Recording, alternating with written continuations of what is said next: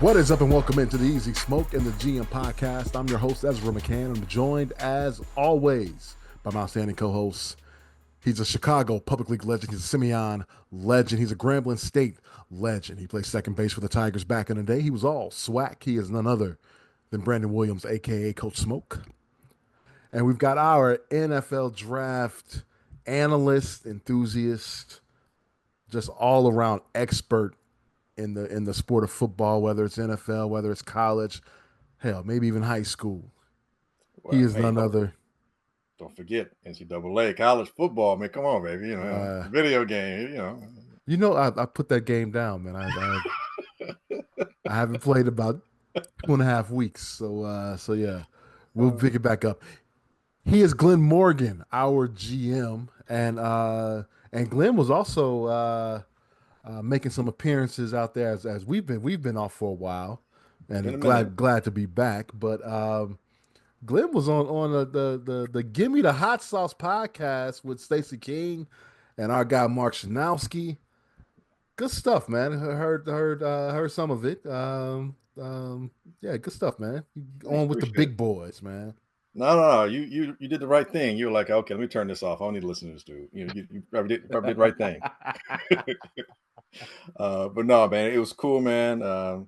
Stacey opened up the platform to allow me to come on there on a weekly basis and talk some pro football, some college football, obviously with emphasis on Chicago Bears, and go from there, man. It was just cool. And then, we worked with him for so many years, so both he and Mark. So really it was just like hanging out with, a couple of guys I grew up with, it felt like. So it was all good. So definitely enjoy doing it. I don't know if we ever really explained like how you became, this media darling.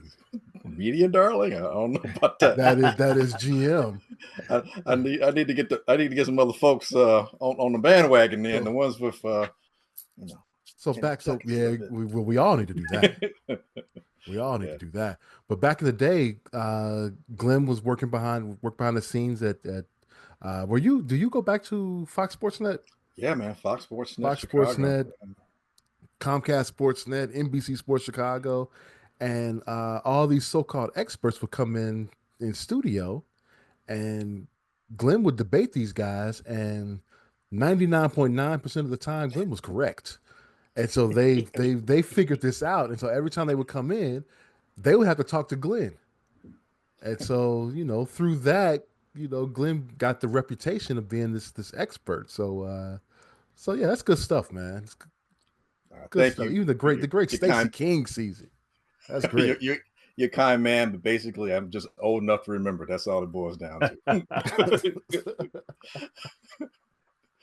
Been watching football for half a century. You catch on to a few things. Hey, well, let's get to it, man. It's been a while since we've been on, and since our last visit with each other, training camp started. Yes. Year one under the Ben Johnson regime. Year two for Caleb Williams. I guess first off, what's you guys' first what's your opinion on Ben Johnson, the head coach, as we were in what's this week 3 of training camp now? Something like that. Somewhere, yeah. I'll say about damn time. It's about time you got somebody in there that's knocking heads in a respectful way, in a professional way, but hold MFs accountable, and I don't know how he is with the staff, but it seems like everyone is tight about what they do, from the DB coach, Al Harris. You see how, and I love just going to the game that just was recently played, how they're cutting to a lot of different coaches along the sidelines. You saw Al Harris several times. You see Antoine Randall. You're not really seeing the offensive coordinator because that's Ben Johnson as far as calling the games. And then, of course, the DC and Dennis Allen. So you're seeing the composite of this coaching staff, which is letting you know that, Ben Johnson he doesn't seem like he's approaching like it's all about him. When Nagy's here, I felt it was all about him, especially as time wore And with uh, uh, Eberflus, it Bruce, felt it it, wasn't enough it about him. wasn't enough about him, right? Just like the goalie lock three, one was too hot, one was too cold, one's just right. So I think that Ben Johnson is what we need right now. It's what the Bears need. And here's the thing, man. That accountability, it's not just said at the podium. It's enacted out there on the field. You see it, you hear it. We've heard all the reports from the reporters that have been there, charting everything from OTAs up to now. But also on what's a fan day that Sunday Fan before Fest, the yeah. Fan Fest. Thank you. Yeah. The displeasure was evident, that even the fans could see it, and it wasn't like for show. It's like, no, this is get off the field, all that kind of stuff. So accountability, man, discipline, and holding everyone. And it's not done later. Not let's go look at the film later. Yeah, that's you always gonna do that. No, right now, this is wrong. Right now, yo, dude, wrong. Yo, do this over. That kind of stuff, and they need that. Clearly, they needed it. I've heard other players who used to play with the Bears in the past couple of regimes, talking about the Bears, how crappy it was. Like, dude, like they don't even care. And when you get that kind of reputation, man, that stuff precedes you before you even get to your next game. And so that's not going to be the case here, and that's a good thing. Well, the interesting part, even going back to last year, was that you had a lot of players saying that they wanted to be coached harder That's than insane, they were. right? You don't normally see that, and No. so they got what they wanted in this guy. It seems. I mean, this might come off as crazy to say, but it seems like now that Ben Johnson, Mama McCaskey has gone. Now we're not getting a Bears team that's trying to do the politically correct stuff. Okay. I mean, I know it probably would have been this way regardless, but it's just ironic that she's gone and we don't get to see this Bears team on Hard Knocks. This is the Bears team we needed on Hard Knocks. Like Glenn is saying, the attention to detail. If it's not right, we're not at Fan Fest. We don't care that the fans are here. Mm-hmm. We're going to correct what needs to be. We're going to address it right now. Like last year they would have tried to keep everything together, not to make it look crazy in front of the fans. Well, that's what worrying they about did perception. That. Yeah, worrying about perception. And so that gives me hope. That gives me a lot of hope. And like you said, like with our past coaches, we had one that was too much about him, one that wasn't enough about him, and now I think we have a even keel when it comes to our coaching staff. And I think that it comes with familiarity amongst each other. I mean, Randall was with Right. Ben Johnson. Dennis Allen is a veteran DC that everyone respects. Al Harris, had his run in Dallas. So that's I said the right name, right? Yes. Yeah. Right. So it's these guys all are very well respected around the league for what they do. Because I'm not gonna say Dennis Allen is respected as a head coach, but he's definitely respected as a DC. So like and we're seeing that so far. Now it's just about execution and results from the players, in my opinion. I think the coaching staff is doing what needs to be done. Eric Bieniemy too. I Facts. totally forgot to. Yeah. I was like, did Love get Smith back on the sideline? I said, what? You get that beard, that big gray man beard. I was like, oh my god, I do. Like this is like an all-star cast. It really the enemy, we of a coaching staff. The enemy. we get to see limited video of what's going on in practice, and you always hear that voice. That's if there's one voice you're gonna hear, it's gonna be Eric Bieniemy, and he could be across the field somewhere, but you always hear that. You're hearing that voice, so that's a I think that's a great addition to their staff. One thing I was gonna say, I like the fact that we as fans and the people that are in the media aren't being lied to after each practice. The last couple regimes, All that gas. No matter, no matter how the practices were going, and the reporters being there, fans being there, they they see what's going on, but they go to talk to us, and they say, oh, everything is great, you know. We're Nope. just all Cliches. rainbows and what's the saying there? And Waterfalls. waterfalls and Skittles. Everything's great, But Ben Johnson's not. He's not pulling any punches. He's letting us know what he's seeing on the field, and we're able to know that what we're seeing is what's going on right now.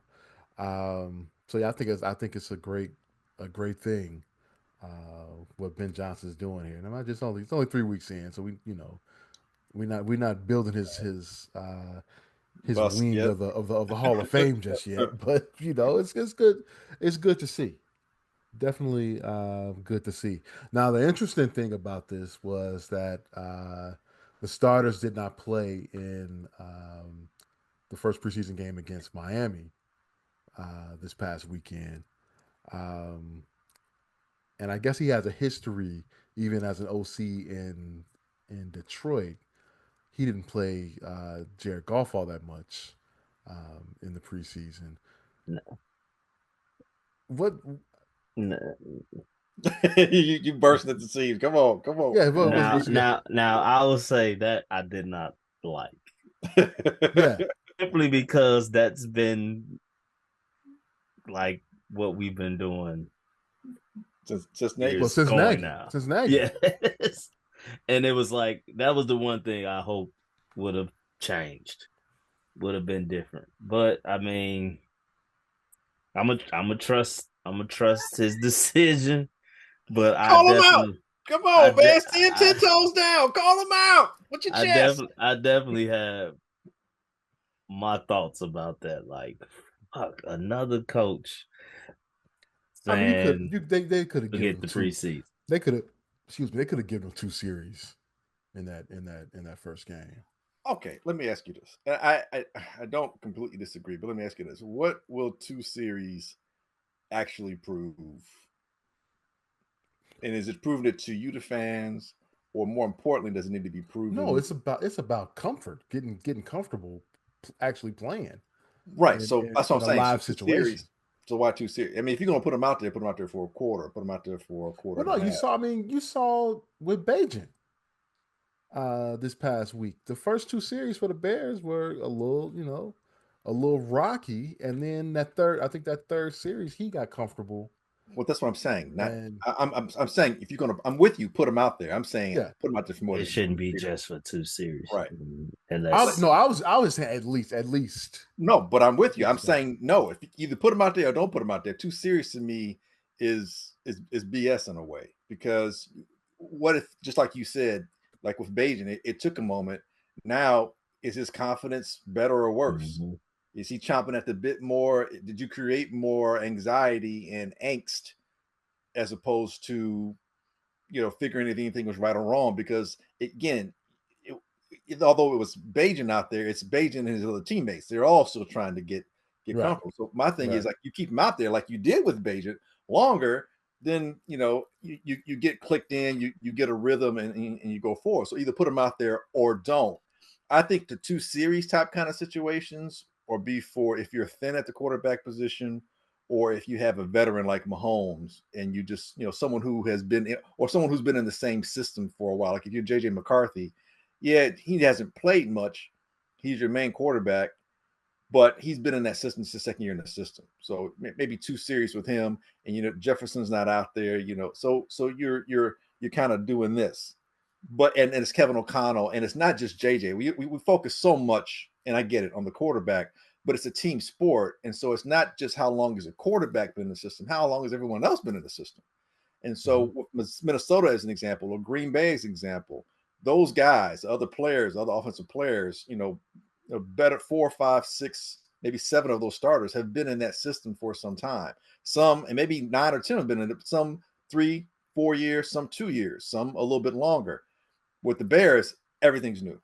And I think if I'm going to agree with not putting him out there, I agree with not putting him out there for a couple of reasons. One, you did so much. You seem from the reports, they accomplished so much more in the joint practice with the Dolphins, where they dominated them, especially defensively, and they did a really good job offensively as well. This is one of Caleb's better performances as far as training camp goes. So what's going to be gleaned by A, playing the same team again, B, keep that momentum going forward. Don't have anything that may regress you. The other thing is that what Ben Johnson did is a little bit differently that from what I remember, all the reporters saying they've never seen anyone do before.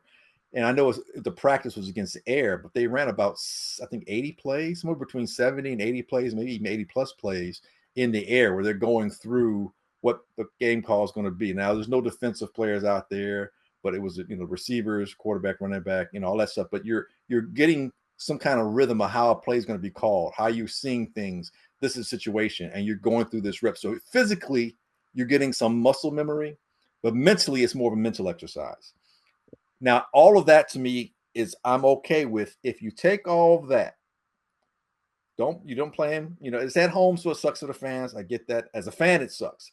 But as a pragmatist, wanting to have success going into the season, if you take all of those positives, and then when you play the Bills, and from what reports are, the starters will play. The starters are going to play, yeah. Then that's what I want to see. So, and keep in mind too, guys, like I still think everyone, maybe the fans, some of these teams, what have you, are still adjusting to 3 preseason games instead of 4 preseason games, and 17-game season as opposed to 16-game season.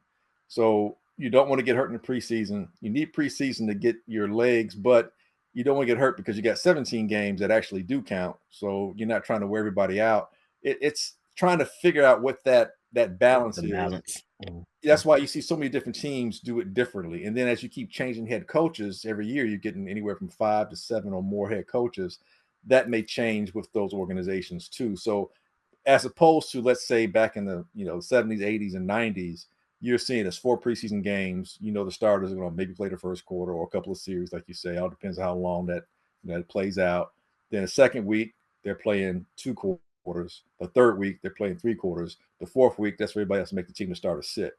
That made sense to everybody. So you're talking like out of the 32 teams or 30 teams or 28 teams throughout those decades, you're talking better than 90% of those teams were following that trajectory. Yeah. I mean, Dennis Green, remember what he says? We know who the Bears are. We played them in the third game of the preseason. No one takes third place. That doesn't mean anything. We know who the Bears are. I let them off the hook. So we're probably not going to get that again. And everyone's still trying to find out what that balance is. So, yeah, but to Smoke, to your point, man, initially, now I say all that, this is so after the fact that I'm able to rationalize it. But that day, I was like, oh, man, seriously? Really? We on this BS again? Oh, here we go. Because then it's like, I'm asking the question, are you trying to hide him? Does he not know it well enough? Are you trying to not embarrass him? Because if the other guys being other 2 quarterbacks or 3 quarterbacks that are playing, but primarily Beige and Keenan, if they look better doing it than him, he's the first pick in the draft, and then now you start questioning a whole bunch of other things. Or, hide him from other teams. Other teams be like, oh, he still don't know what he's doing, so we know how to come at him. Sometimes you try to hide somebody, but not letting them display the things that may have them exposed. But that's pure speculation. I'm going to go with what Smoke said and put my faith in the fact that this guy's been so tedious. That's Ben Johnson's been so tedious and on these guys about the execution and the footwork and doing it again, that a lot of that stuff, the important stuff, is happening more so than where the fans can see it. And hopefully when they play the Bills, we'll see, some execution on a level that shows that progress is being made.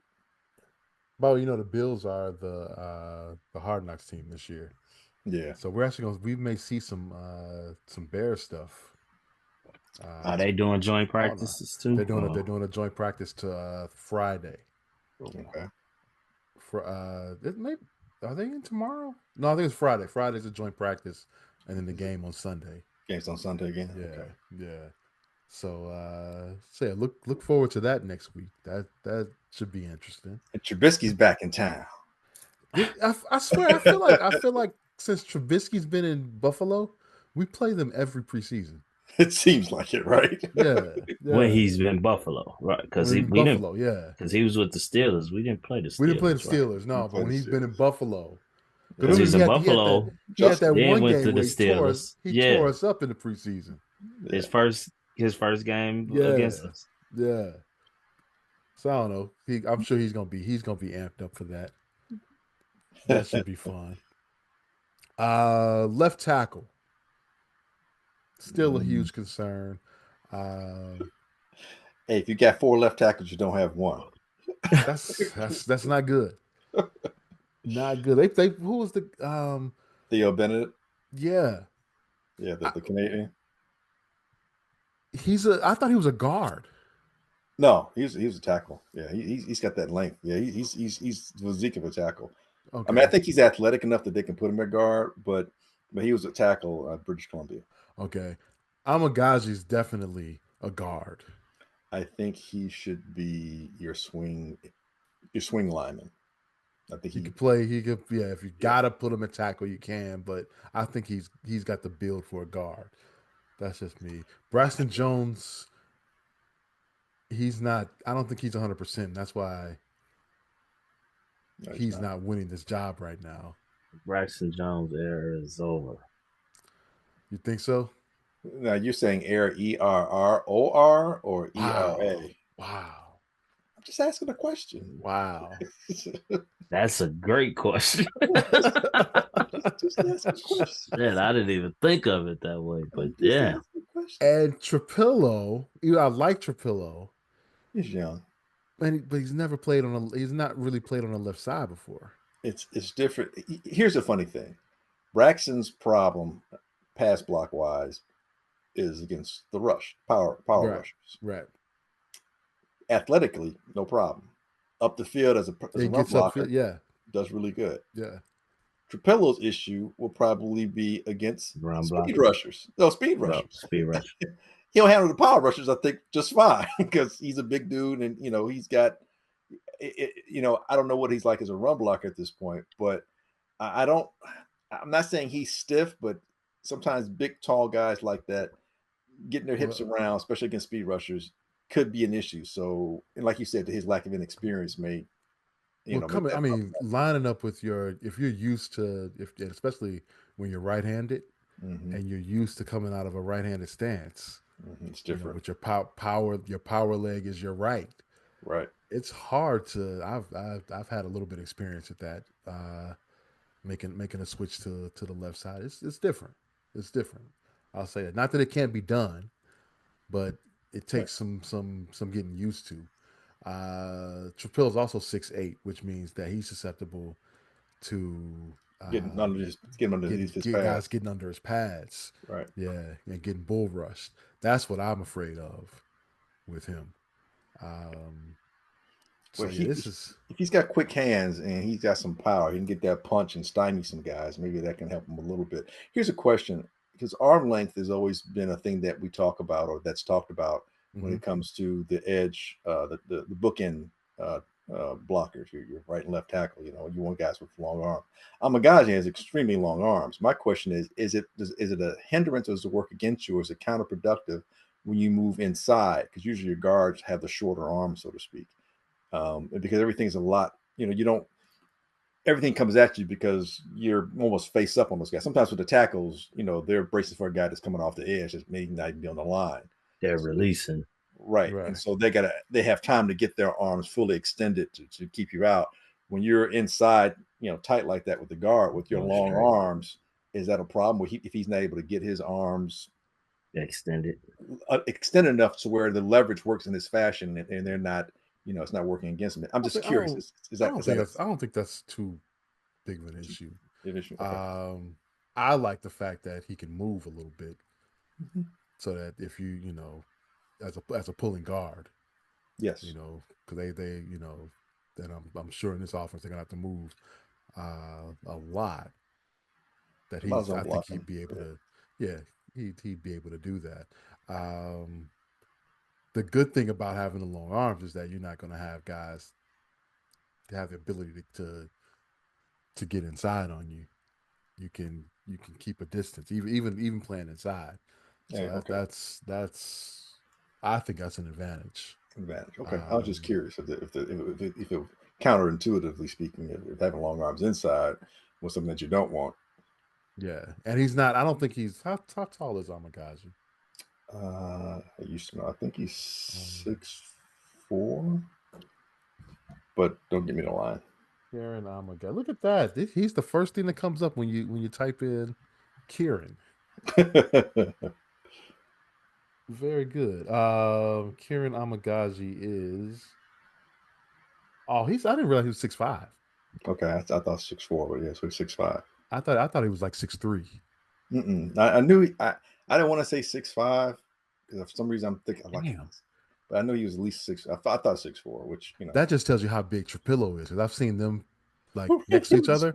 Oh my god. Yeah. He looks like small compared to and really all those guys, man. Trapillo's a big dude, man. Yeah. I like the physicality that this offensive line at least presents right now. And even the second unit wasn't looking too bad Sunday. Yeah. Not great all the time, but not looking bad. Like I wasn't going like, oh my god, this line sucks. I wasn't saying that. There were times where things didn't work, but it seemed like more of an execution, everyone being in sync kind of thing, as opposed to there's no talent out there. Right. But it's still it's a concern that they haven't been able to name a left tackle yet. I feel like they would if they had their wish, this would be a done deal at this point. Yeah. Well, who wouldn't want to know? But you know what? Keeps it interesting. and by the same token, you're also really starting to establish your depth too. I want to look at it positively. If you don't know, then that means that in a lot of ways, yeah, no one's head and shoulders above the other at this point, but that doesn't mean they're not talented. They all must be, so much, like I was saying before, some guys may be strong in one area, weak in the other, and vice versa. But if you understand who and how and what they are, you can put them in positions to succeed, as opposed to them just, they're just no good. Because if you're no good, then you're not part of you're not part of that. We're trying to figure out rotation. We already know you ain't part of rotation. Yeah. So I'm just trying to find positives, man. Usually you guys say I'm so negative about stuff. So I'm just trying to find positives. Well, speaking of depth, the defense, the second team defense looked really good on Sunday. Noah Sewell. Oh my God! Well, the linebackers, him and Hippolyta, yeah, they both look good. Noah Sewell's everywhere, man. Everywhere. Well, everywhere. It helps when you don't get blocked. A couple of times he didn't get blocked, but still he was there. He was there. He was in the right spot. You got to give that to him. Pickens looked good. I thought on Sunday. He appeared. He was there, so that's good for him because he might be that on that third tier. But I mean, you talk about depth though. Yeah, exactly. I asked this because I feel like Booker looks good every preseason. Do we see it in the regular season this season? Okay, you're not gonna see 3 sack games every week. No, not 3 sack, but it's not 3 sacks. No, but just. But it's good. I think it's good. But improvement. It's good that against second teamers, he showed out. Because I feel like he stood out to me in preseason last year. Yeah, at times. And I mean, I have high hopes for him. I think the potential is there. So I agree with you. I mean, he came out probably a year early.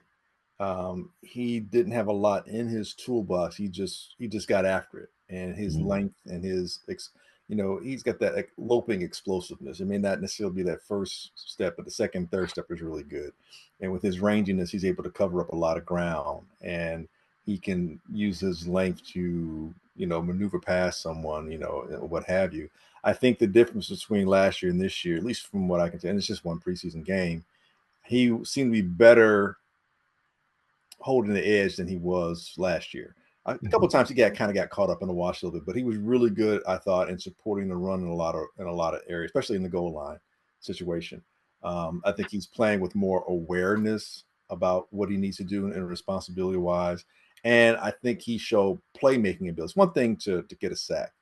Maybe you get past somebody one time, or maybe someone's running into you because the pressure comes somewhere else. He actually made a play where he forced a fumble, and it was a key turnover because of where it was and how that could help the Bears kind of get an easy score. So that's playmaking ability, and those aren't things that you can be taught it, but those are things that some people, they're either good at it or they're not. Peanut Tillman, Peanut Punch. I mean, again, as an old man, I'm thinking like, dude, call it Peanut Punch, but the guys have been doing that stuff like that. I remember Mel Blunt used to do that shit all the time. I mean, other people have done it, but he became renowned for it, and it may get him in the Hall of Fame because of it. So much so that it's named after him. But he had a knack for that. Those Bears teams, under Lovey, that defense, Briggs was just like he was always getting interception. Urlacher was getting interceptions. They didn't get a lot of sacks as a unit. They did good, but they got a lot of turnovers, and they scored off those turnovers. They became proficient. Mike Brown, when healthy, I mean, so some people have a knack for it. Well, so Lovey preached that if you got the ball, right, we're gonna score.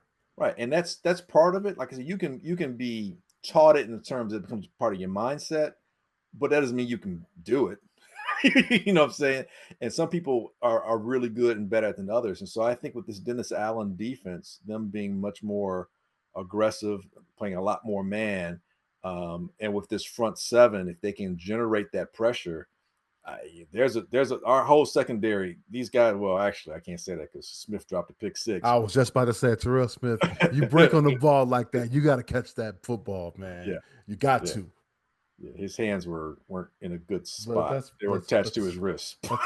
That's why he's a defensive back. I was about to say he showed us why he's on that side. You got to, man. You get a clean break like that. I was 6, man. Yeah, you got to catch that. And so yeah, man. But I think Book, like you said, Austin Booker. I think he epitomized a lot of the adherence and the quick adherence that these players have had, the buy-in that they've had under Dennis Allen, because you can't say that they didn't have success under Eberflus. They did. They did. Especially when healthy. Last year they fell off, but Billings going down and injuries and then discontent, a whole bunch of other things led to them falling off. But they had success. But now they're like, ooh, I can do this, and man, I can do that. And guys are like, hey, it's giving me a chance to be aggressive, and I get a chance to eat. More of a funner offense, a defense. Yeah. Than more of an active defense than more of a happen to be more disciplined, I would say. I think just differently disciplined. Now, granted, you have to be disciplined in every aspect of the game. Right. True. I didn't want that to sound crazy, but I think Dennis Allen's defense is just more actively aggressive, right? Yeah. When Eberflus' defense was more not as aggressive, just had to be disciplined and stay in your spots and execute when it got to you type thing. Yeah, this one, Allen defense is we coming to get your ass, and that's the kind of a defense I've been praying we've had for the longest. Well, I think to your point, it's we coming to get you like all 11, whereas with Eberflus, a lot of the emphasis was really placed on the front four and how much they can create. The havoc that will allow everybody else to do whatever their job entails. So you can't tell me that Tampa Bay defense under Dungy wasn't aggressive and didn't, make play. You can't tell me that Lovie Smith's defense didn't make plays, but it's just aggressive differently and how and where the responsibility. Whereas here it's like all 11 at any time you're going to get it. You're going to get it send an all-out blitz at any moment. Here's the deal, though. That Tampa defense and that Bears defense, they had the right guys at the right positions. Right. And if you don't have that, then you get exposed. Whereas with this Dennis Allen defense, even if you don't have all the right guys, there's so many damn guys. Right. that it's tough. In that Tampa 2 defense, you got to have that 3 technique. You got to have the end. Middle linebacker. You got to have the weak side linebacker. Before the middle linebacker. And I think Urlacher just different. He was just different. Yeah. Yeah. And he was able to take away, the entire middle of the field. Right. So yeah. So I don't think the Bears really had that with Eberflus in that defense. Totally. Which now we don't have to worry about that with Yeah, Dennis we Allen. that's Cowboys' problem. Right. Who we play? Absolutely. Who we play, by the way? Is it week 3? We play the That should be Cowboys? fun. They come here, right? Well, hopefully they here, still don't sign Micah. That's gonna happen. It's gonna. I know it is. It's gonna happen Tuesday before week 1. Right. Micah Parsons will be signed. You can book that. Definitely. It's crazy. We haven't really talked about Caleb all that much and the quarterbacks. What's a Caleb? What's Caleb? That's one of them Amish guys. Wow. That's a classic Amish name. He's the quarterback. Caleb Mordecai. He's the quarterback. He's the quarterback. That's my quarterback. I swear, every time you hear a report, it's just been up and down. He had a bad day today. Today was a pretty good day. Yeah, he was bad I like today. it. I like it. It's nothing consistent. I like it. Why do you like it? Please. Because it's different when it comes to Caleb. Last year everything was so great. Yeah. He's this. He's generational. Now he seems human. Now let's play football. No more that simmer down expectations. No more people on TV, Super Bowl, and playoffs is still something that should be a goal, but it just seems more realistic now. You think playoffs? I didn't. I'm people saying playoffs. Oh, okay. As far as in the media, okay. That because of the coaching staff and all the things around, I can see that. But you had last year as a rookie, people saying Super Bowl. They were insane. I mean, Ezra, you said 13 and 30. I said 12. No. I said, let's get it right. I said 12 and 5 last year. 12 and 5. Okay. I said 12 and 5. Numbers. And wait. You're just dyslexic when you looked at it. Wait. What I said was coming to fruition. Because I said they had an easy part of the schedule in the first 8 weeks, right? And I said they were going to go 7-2 in the first 9. So they were going to go 7-2, and then there was going to be a tail off there, but they were going to win 12 games, right? Let's be real. Up until the Washington game, but they were 4-2. They were 4-2 going into that Washington game. They should have, and if not for that damn Hail Mary. Oh my God! Stop. They were 5-2. 5-2 at that point. If they win that Washington game, I think they're rolling. You are being disingenuous. That's what happened. They should have lost to Tennessee if the quarterback wasn't a knucklehead and gave the game away. They won. I know. Well, it was because they were just doing so well, and they lost to the Colts and looked bad. They did. And they beat Jacksonville, who sucks. And then they had a blocked field goal against Green Bay. They lost a Minnesota game that they should have won, right? Could have won 2 games, by the way, that we were losing. They should have, but they were in the lead late in that game, right? The game that got your boy Eberflus fired. The Detroit game.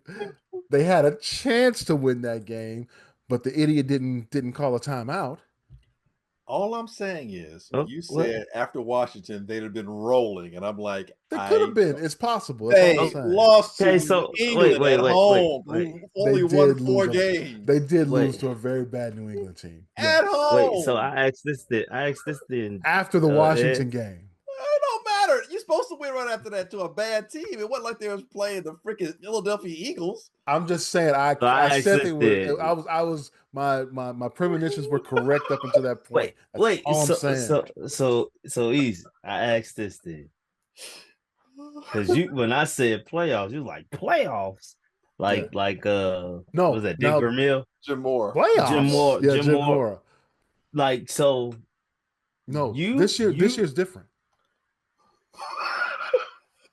because that's you think we're schedule. worse or This year's no, better? no, no. It's not even about the You're Bears as a right. They're team. not making the playoffs this year because that's It's about okay. the schedule. It's This is a okay. tough schedule on They go paper. 9-8. Now, That's a win. crazy things can happen, and injuries for different teams, but on paper right now, this schedule is Insane. For a last place team, you for shouldn't have last to place go to schedule, and the problem is, uh, the all the rotation. teams ahead of you in your division were had double digit wins last year. And went to the playoffs. And right. So you have those games, 6 of those games. I'm not 2 really worried games about. I'm against. not too worried about Dallas. I'm not too worried about Vegas. Washington, the team that you should have beat last year, went to an NFC Championship game last year. That's something to worry about. Eagles You got to won go the Super Bowl. to Baltimore, which by the way is Hampton homecoming week. I will be there. Thinking about going to Baltimore. I haven't made my decision yet. We shall see. You're at Pittsburgh. Cincinnati. That should be a That's win. tough. You should The beat them. Giants, I think that's going to be a formidable opponent. Yes, it is. Don't sleep, dude. That defense is going to be Can't that sleep front on them. seven is going to be nasty. Man, if you say you ain't worried about Dallas, you ain't worried about the damn Giants. I don't care what you say. I'm just saying. I'm not trying to hear that. I'm I'll just be more saying. worried about Dallas than the I'm Giants. just saying. As bad as Pittsburgh may seem, it's still a Mike Tomlin You coach always gotta team. worry about You got to What do you worry mean? about it. How does Pittsburgh look bad? Where are they looking bad at? The receiver, maybe? who. What? Pittsburgh. You said as bad as Pittsburgh looks. He said Mason. I said may seem. I'm asking, where do they may seem bad? Their quarterback is 90. Okay. Cam Hayward may be holding out the entire season. Okay. I'm just throwing some things out there. Okay. You think Pittsburgh is a player? I think they're a 10-win, 11-win team. Yes. Okay. I don't know about that, but I pray. You never know. I pray Aaron Rodgers ruins Mike Tomlin's playoffs 500 straight. That would make my day. You don't like Mike Tomlin? No, I don't like Aaron Rodgers. I want him to ruin it. I want him to be the reason that Mike Tomlin's 500 streak is killed. I want it to fall on Aaron Rodgers. That would make my day. You know what's funny? You know what's funny? If Aaron Rodgers gets hurt, I don't think Pittsburgh falls off that far. He can't get hurt. He needs to stay healthy. I'm saying right. If you want what you want to have happen, is Aaron Rodgers has to stay healthy, making mistakes, and they can't take him out because he's Aaron Rodgers. If Aaron Rodgers gets hurt, I don't think there's as much of a drop off going to Mason Rudolph as people are going to think. I think Mason Rudolph, especially in that system, is a lot better. People are like, if you've watched him play the last few times, he was connecting deep. Like he's that guy that is probably needs to be in the league 4 or 5 years, and everything finally starts to make sense and slows down enough for him that he can execute. He's got a big arm. Their quarterback situation isn't as bad as people might think it is. That's all I'm saying. It's Pittsburgh, man. They always find a way, bro. We go to the Super Bowl champs. Yeah, that's a loss. That's obliteration. And I you just got gotta Cleveland. As bad as Cleveland is, you got to worry about that number 95. That's what I was about to say. The issue there on that is edge. Caleb got to see goddamn Garrett. First the week before, in Philly that we should have got. That we could have got. I ain't gonna say should have got. Jalen Carter. Jalen Carter. You gotta see him then. He Myles Garrett the next week. Yeah, no, 2 weeks because we go to Green Bay after that. Okay. I thought that was back-to-back weeks. 2 weeks. Yeah, it's crazy. We played Green Bay 2 out of 3 weeks. 2 out of 3, yeah. And then you got to go to San Francisco, which historically we don't play well. in San Francisco. I think they can beat them this year. San Francisco, I think they're going to be a lot worse than people. I think they look like a 6 to 7 win team to me this year. This is not a cakewalk. So no, let's wait to give our predictions till right before week 1. Okay. But I'm telling you right now, it's not going to be a 12-win prediction for me this year. I need to see last year's schedule to figure out. You had 12 wins. Let's pull it up right now. Wait, I'll show you. Was it that think back sweet? To last season. Think back to last season. Y'all laughed at me when I said watch out for the Tennessee Titans. Y'all laughed at me. Tennessee Titans. I'm like, dude, outside of quarterback, they're good everywhere else. And the Bears won. Thanks to the quarterback. Thanks the Bears won. I thought the Colts game would be a win. They snarfed that one away. And Washington, people thought Washington. I'm like, dude, if you look at the composition of their team, coaching that they have. All right, let's remember going back. All right. So week 1 was Tennessee. Yeah. All right. I said that was going to be a win. Week 2 at Houston, I said it was going to be a loss. I knew that. Week 3, Indianapolis, I said should be a win, but they did lose that. All right. So that's their 2 losses. I said a win against the Rams. I said a win against Carolina. I said a win in London against Jacksonville. All right. So at this point, they are 4-2. With the Rams, though, did you say that was a win, or was it because circumstantial? They were injured at the point that we played. No, but I said going into the season, I said that was going to be a win. You did pick that as a win? I picked that as a win. Well, he has to get 12. I don't know where they were coming here. They were coming here, right? Remember this. All right. There was a bye week after London. All right. We went to Washington, which I picked was a win. All right. Going to Arizona, I picked as a win. New England coming here, picked as a win. You can stop. Yeah, that schedule was pretty trash. Yeah. That schedule was pretty trash. So I had, at this point, I had them 1, 2, 3, 4, 5, 6.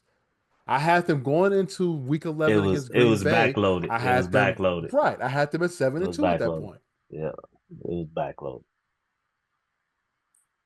And that's I think, you know what? Maybe I didn't have sorry. I had Indianapolis as the win. I did have the Rams as a loss. Okay. And those were the 2. That was my 2 losses. So it was happening. And then the Hail Mary came, and then the season went to shit after that. And yeah. What can you do? Wait till next year. So we're gonna do our prediction on the season. Let's do it. We'll do it before week 1. Yeah, in 2 weeks. Okay. Yeah. I'm gonna tell you right now, 9-8. That's my floor. I would be happy with that, actually. I'm sorry, that's my ceiling. Excuse me, 9-8. Your ceiling's 9-8. Yeah, and my floor is 8 and 9. I think they'll be right there. We'll discuss that. Hey, fellas, let's wrap it up here. It has been a pleasure, as usual. We want to thank everyone for listening in to the Easy Smoke and the GM podcast. Thank you for all your listens. We greatly appreciate it. You can catch us on, let's see if I can remember this now. It's been a while. Apple Podcasts, Google, Spotify, iHeartRadio, Amazon, or wherever you find your favorite podcast. Did I miss one? YouTube. You can also catch us on YouTube. You can get the video version. You can actually see our pretty faces on YouTube. Go to HP 53 Productions on YouTube, and you can find the podcast there. You can also find the Super Duper podcast hosted by Rob Griggs. Yo, Glenn. Yep. Please take us out. Hey, man, just in case people forgot, we'd like to remind you, we ain't saying we're right. We just don't think we're wrong. And also check out Glenn on the Give Me the Hot Sauce podcast. It's out there right now. Appreciate that. Good stuff, man. We catch you all next week.